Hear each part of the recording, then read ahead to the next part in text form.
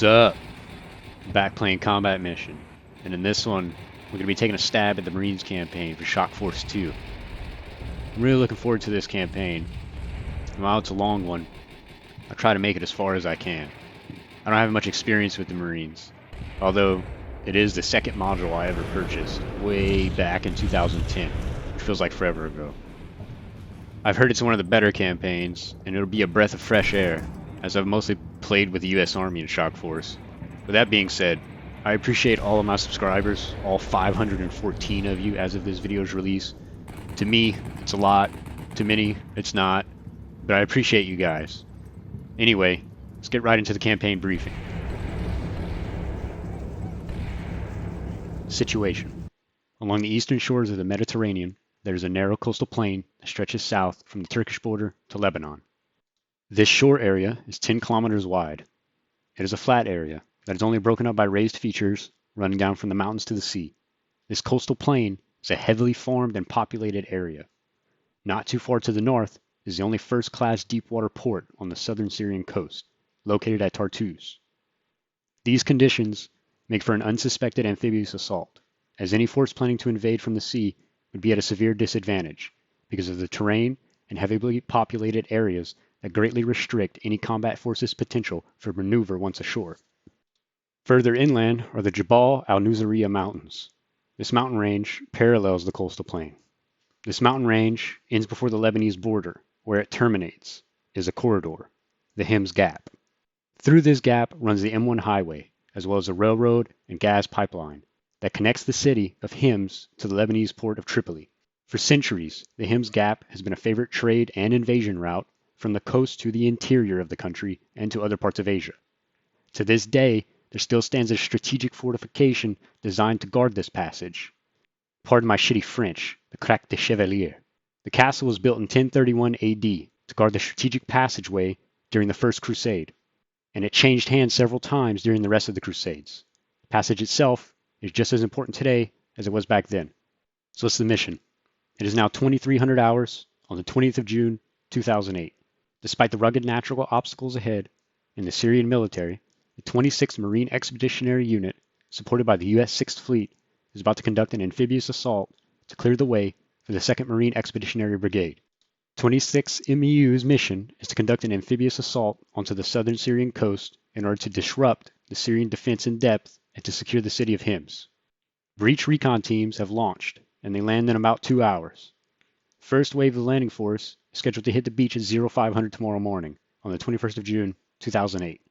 What's the plan?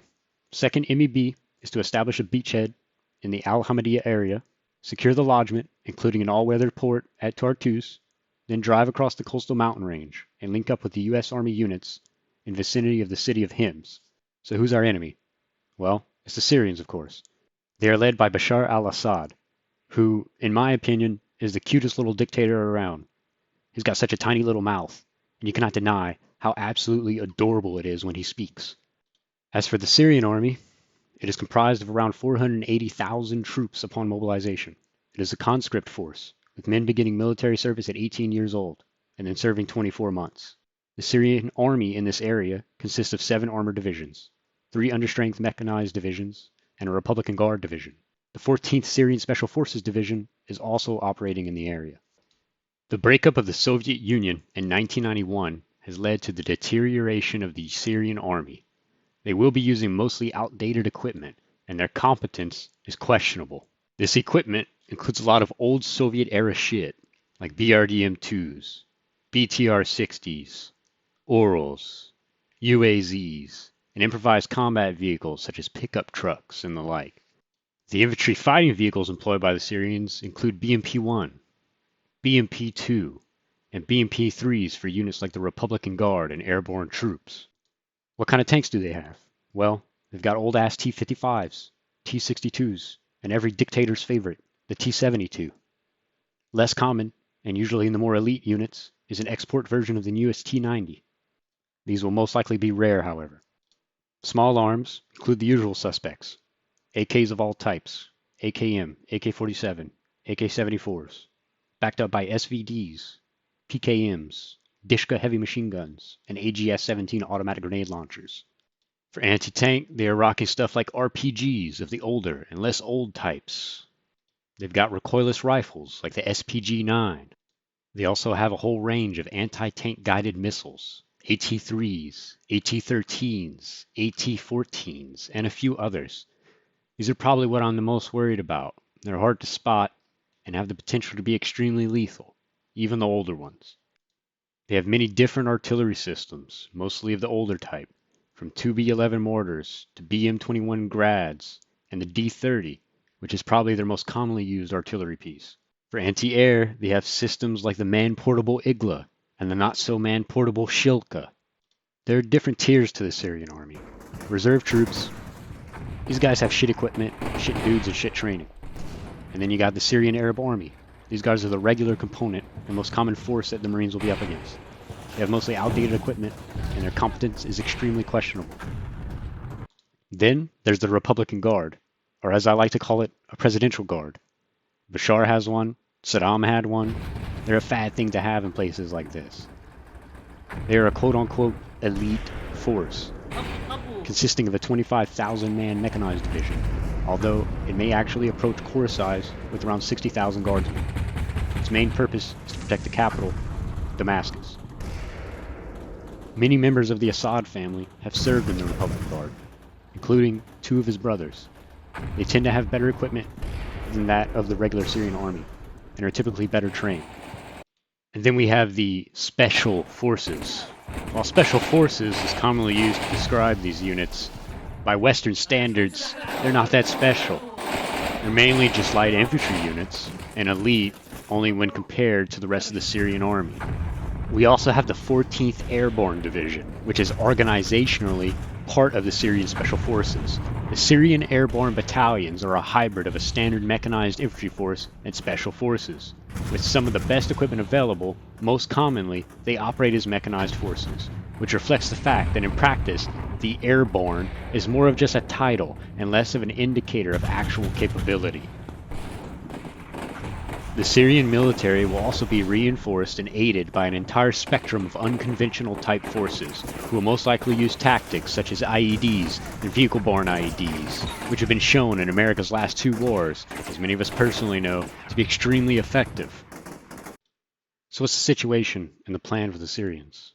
Well, Syrian military forces have been operationally overwhelmed by the dilemma of facing the U.S. Army's impending ground attack from Iraq in the east, coalition attack in the north, which consists of German, Canadian, and Dutch forces, and the British attack from the southeast. The U.S. Navy and the Marine Corps also threaten from the western shores of the country.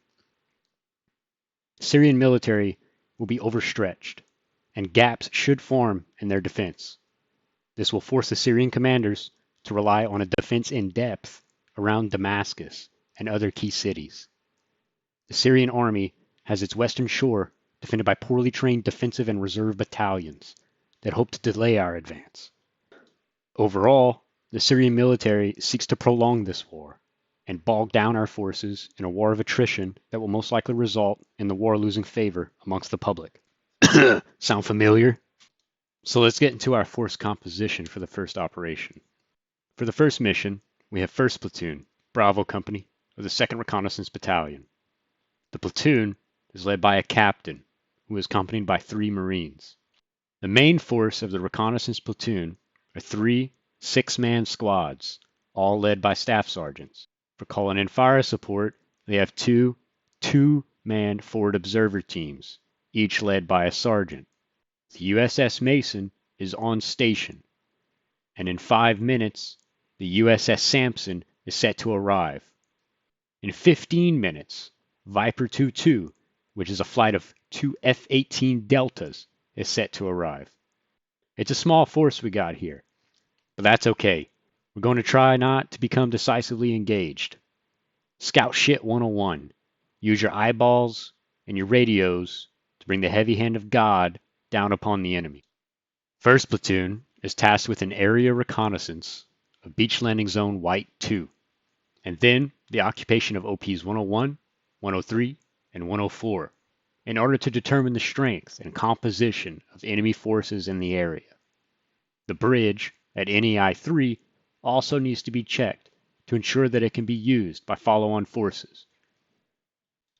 It is now 0200, and after an intense series of airstrikes, Marine Recon and U.S. Navy SEAL teams have slipped ashore in order to recon landing sites for the main Marine amphibious assault, which is to follow at 0500. The enemy in the area are reserve units, backed up by coastal defensive batteries.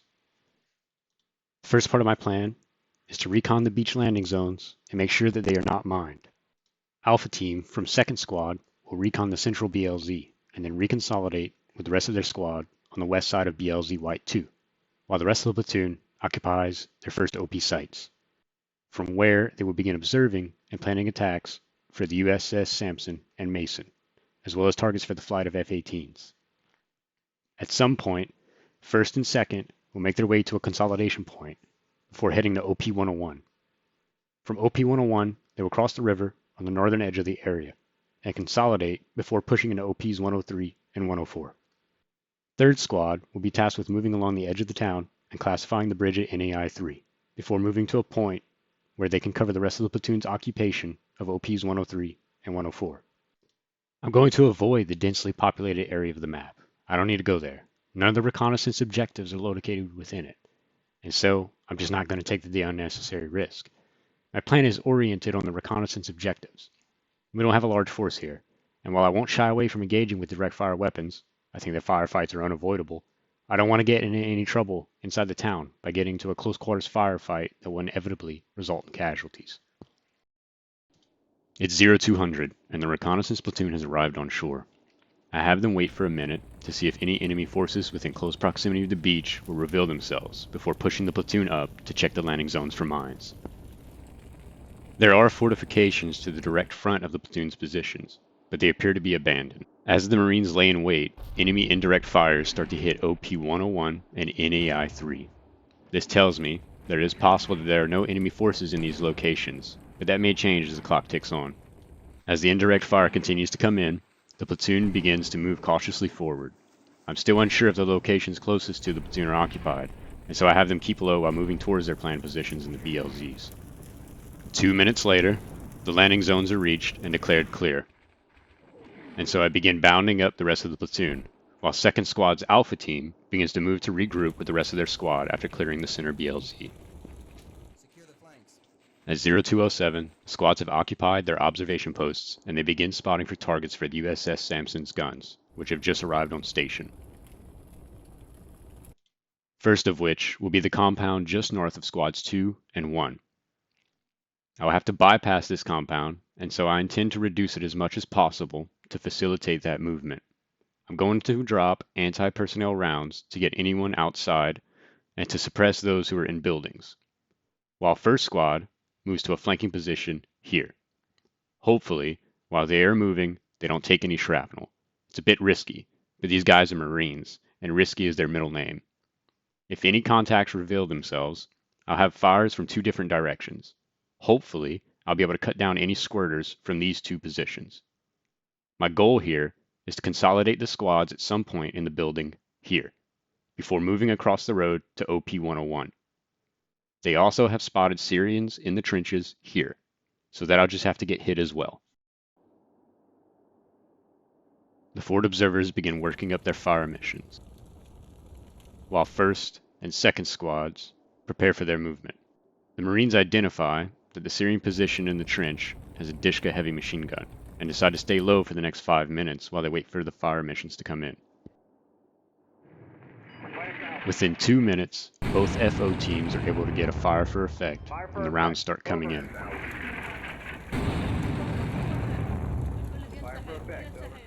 The Marines begin to relocate off of the rooftops to avoid shrapnel.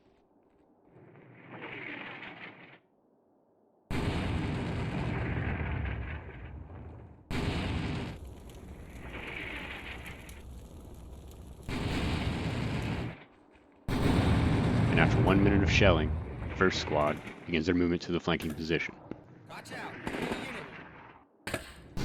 2nd Squad covers them from the buildings, and they begin engaging Syrians who are retreating from the trench line. They watch as the Syrians frantically attempt to react to the sudden onslaught of heavy American firepower, while picking them off with direct fire weapons.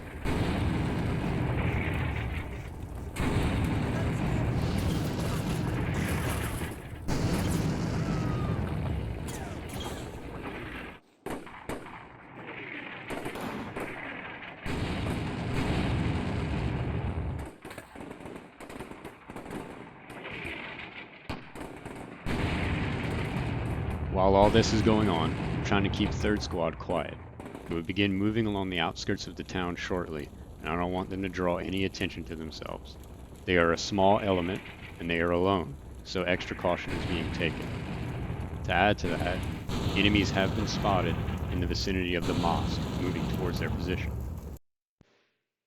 It is now 0216, and the platoon is beginning to shift its indirect fires. 2nd Squad is about to begin its movement to the consolidation point west side of the compound, and so these fires need to be shifted in order to avoid friendly casualties, albeit it is still extremely danger close.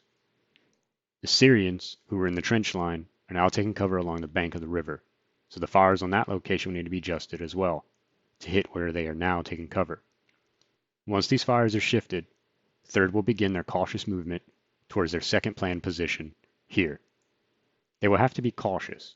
It's an urban environment, and any contact is likely to appear close to the Marines, with little warning. This will more than likely result in casualties. While the indirect fires are being adjusted, the firefight on the west side of the map continues. 1st Squad is over here stacking bodies, and the Syrians aren't putting up much of a fight.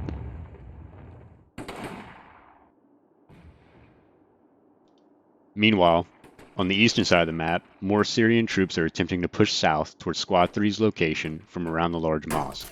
As they cross the main road, 1st Squad begins to put fire on them from their locations in the west, killing several.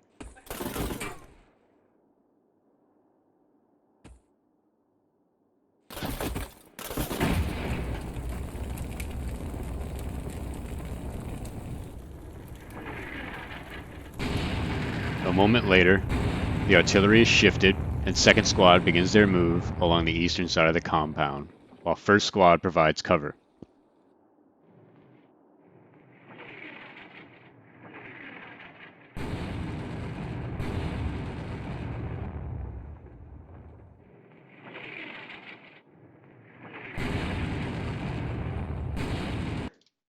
At 0220, I lift the artillery fire around the compound, as 2nd Squad pushes to take the building on the far side of the compound, while the fire mission, hitting the bank of the river, is adjusted to hit the high traffic area along the main road by the mosque.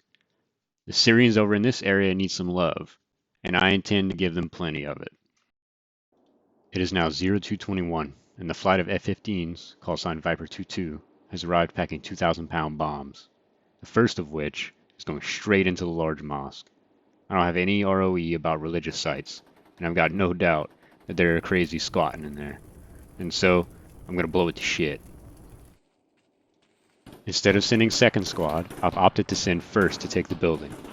The Marines pour fire into the compound, as 1st Squad's Alpha team moves to occupy it. As they get close, an AK begins to wildly spray in their direction. They return fire and rush into the cover of the building. The Syrians continue to fire, while one of the Marines readies a light anti-tank weapon. He fires, and in return, it's a satisfying scream out of one of the Syrians. As the rest of 1st Squad dashes up to the building, they begin taking fire from the 3rd-story building next to the trenches. The rest of the Marines return fire, and the Syrians are quickly suppressed.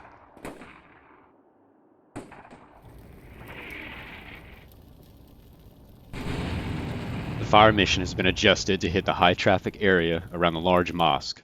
I allow the mission to go for 2 minutes, and then I call it off, so the FO can begin guiding on one of the F-18s to hit the building covering NAI 3.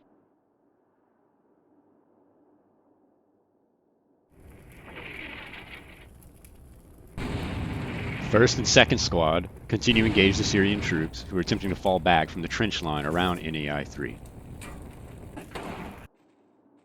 While this is going on, 3rd Squad is beginning to slowly push up along the outer edges of the town.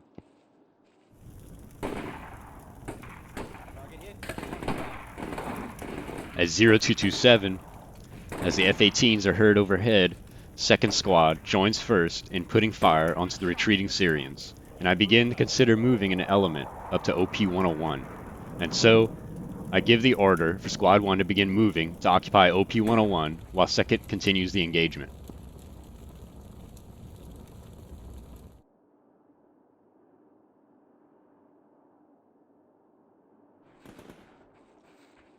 They arrive at OP-101 safely and begin observing from their new position.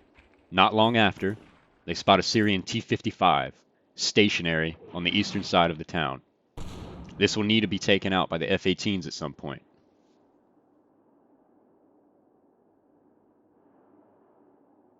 Roger, cleared hot.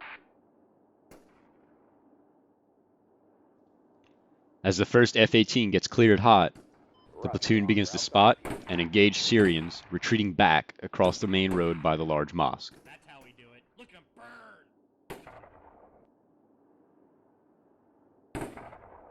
Listen up.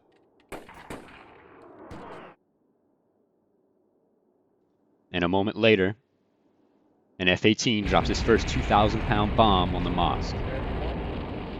This takes the top half off of the building, hopefully sending most of the fanatics inside to meet their maker. And now that's something that everyone can enjoy. Having completed their first task, the FO and command team begin to move up to link up with 2nd Squad at the consolidation point.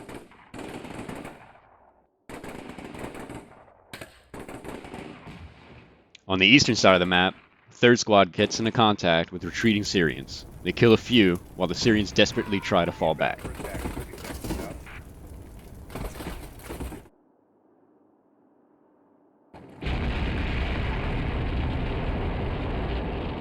At 0238, the second 2,000-pound bomb is dropped on its target. And Squad 3's FO team begins to relocate towards NAI 3.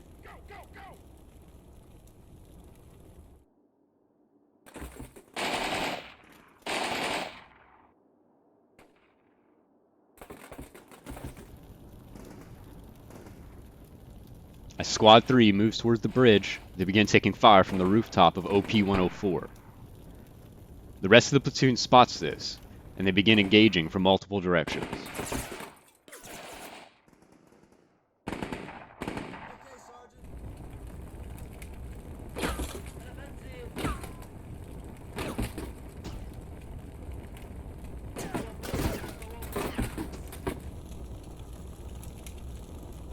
The FO team, co-located with command team, is sent to OP-101 in order to try to take out the T-55. 3rd Squad begins to break contact. I'm not trying to get them caught up in a firefight. They need to secure NAI-3, and they're beginning to get pretty close to that objective. From OP-101, the FO team begins calling for precision-guided Excalibur rounds to destroy the Syrian T-55. It's going to be around 5 minutes before these rounds come in. 3rd Squad is going to begin moving to occupy a building on the near side of NAI-3, while the rest of the platoon covers from their positions. Once set, and after a few minutes of observing, Squad 3 will move to classify the bridge at NAI-3, as the rest of the platoon begins to point out targets for the F-18s and artillery. Once this is done, and I am comfortable, 1st and 2nd Squad will begin to move across the river and occupy the OP positions. I plan to leave an FO team behind on OP-101, so I may be able to move 1st and 2nd Squad up while the fire missions come in. 3rd Squad sends a scout team to secure the building on the near side of the bridge. They begin taking fire from Syrians in buildings at close range, as well as from OP-104 again. They exchange fire, and one of the scouts fires a law at the Syrians. In OP-104, there is at least a platoon-sized enemy element. Hopefully, they stay here long enough to receive God's gift.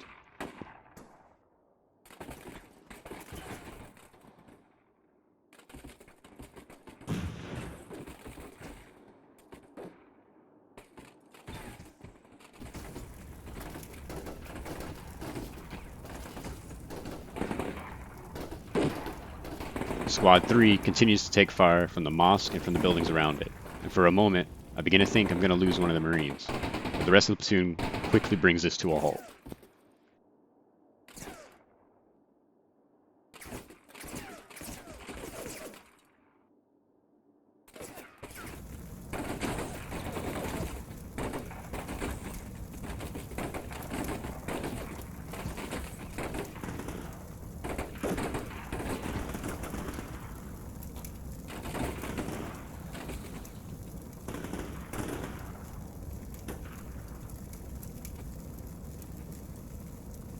The Excalibur rounds come in on the T-55, but they don't seem to have much effect, missing the tank by inches. Very disappointing. Maybe the F-18s will have more luck. The majority of the enemy fire is now coming from the remains of the large mosque. And while the firefight around the bridge continues, it does appear to be dying down.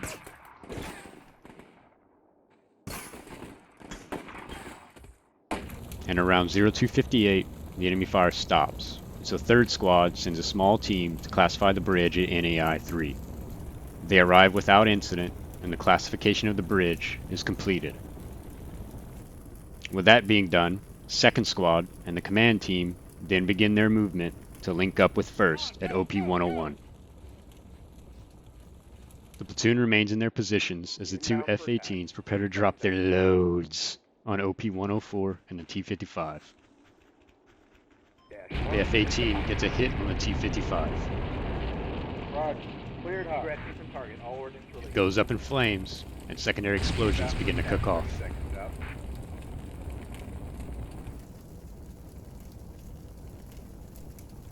Two minutes later, the second F-18 drops a 2,000-pound bomb on OP-104. This caves in the roof of the building, and hopefully kills everyone inside. Egressing from target. Guns are dry.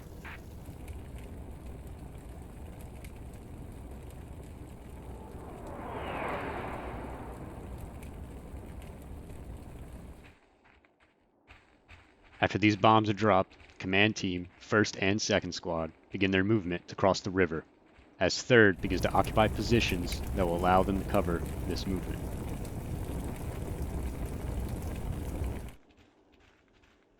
The FO team stays behind at OP-101, and they begin working up a final F-18 mission to hit OP-103.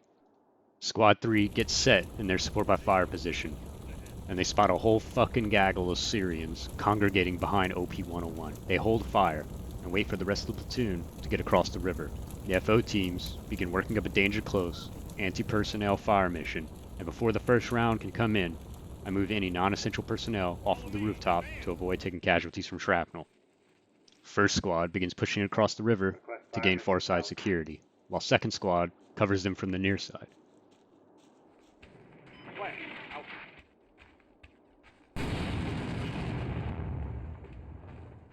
As the last 2,000-pound bomb hits OP-103, the rest of the crossing element moves across the river to occupy its jump-off point, while they wait for the artillery mission to come in. Shot. Out. Egressing from target. All ordnance released.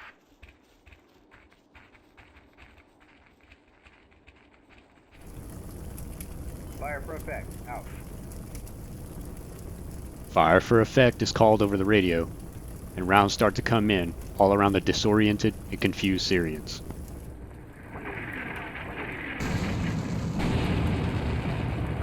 The platoon at this point is ready to achieve its final objectives. Right now, the artillery is hitting this position. I will adjust the fire to hit slightly to the west before calling a ceasefire. This lifting of fires will be the signal for 1st and 2nd to begin their push to occupy the berm here. From that berm, they will begin bounding forwards by squad through the objectives, leaving behind a small element in OP-103. They will eventually be pushing into OP-104. Squad 3 will provide support by fire during this movement. This is going to be a high-risk movement. So far, I have not taken any casualties. I still have 40 minutes to complete the operation, so I can be cautious here in order to try to mitigate some of that risk. Hopefully, the F-18s and the artillery has been enough to degrade the enemy in this area.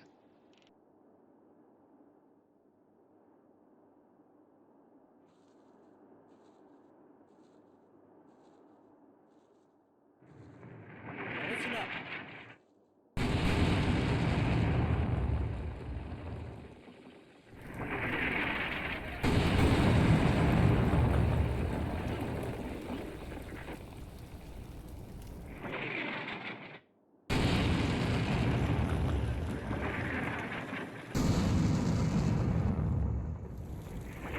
After 7 minutes of continuous shelling, check fire is called, and the guns stop firing. Enemy infantry sighted. Third squad rushes onto the rooftop and begins to send rounds down onto the Syrians.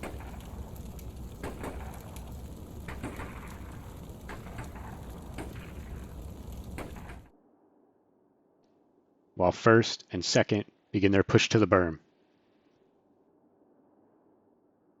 Let's go at the double.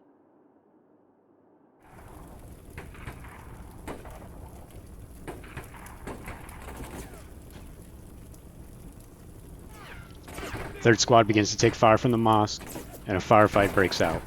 This isn't good, as third is now occupied with suppressing the mosque instead of covering the rest of the platoon's advance. Enemy infantry ahead.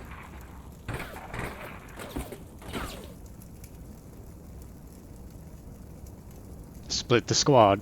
A team with the saw will continue to cover the platoon, while the other half will continue to cover the mosque, while the FO team begins calling for an emergency fire mission on the mosque.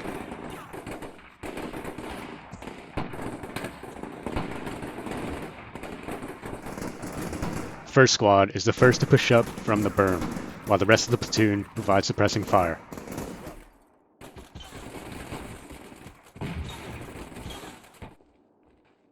Advance. First squad gets set, and second squad begins its push. Move it. Go, go, go. As second squad nears the trench, Syrian takes a shot from the rubble of OP-103. The Marines return fire and continue the assault.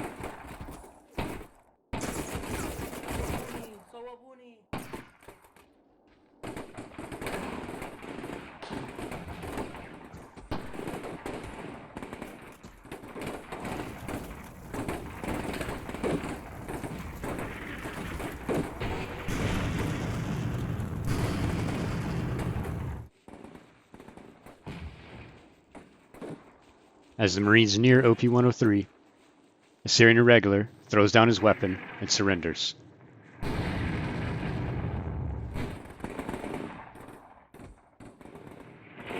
The Marines take a quick pause while first squad gets ready for its next push. Advance.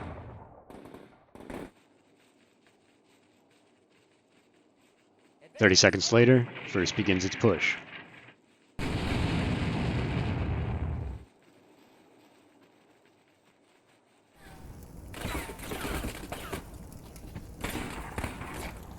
As they near the building, Syrians open fire from close range. The rest of the platoon suppresses, and first squad is able to get set, and they begin to return fire, as second squad prepares to move up to OP-104. Move it. Go, go, go. Second squad starts their next bound.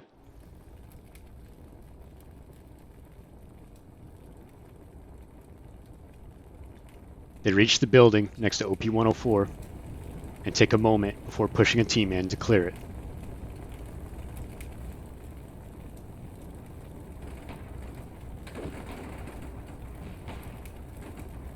The rest of the platoon fires into the building for 15 seconds, and then under covering fire, the team pushes in.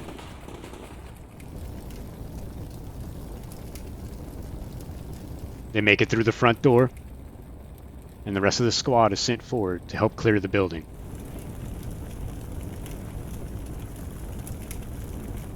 They eventually clear the entire building, finding about a dozen Syrian dead within.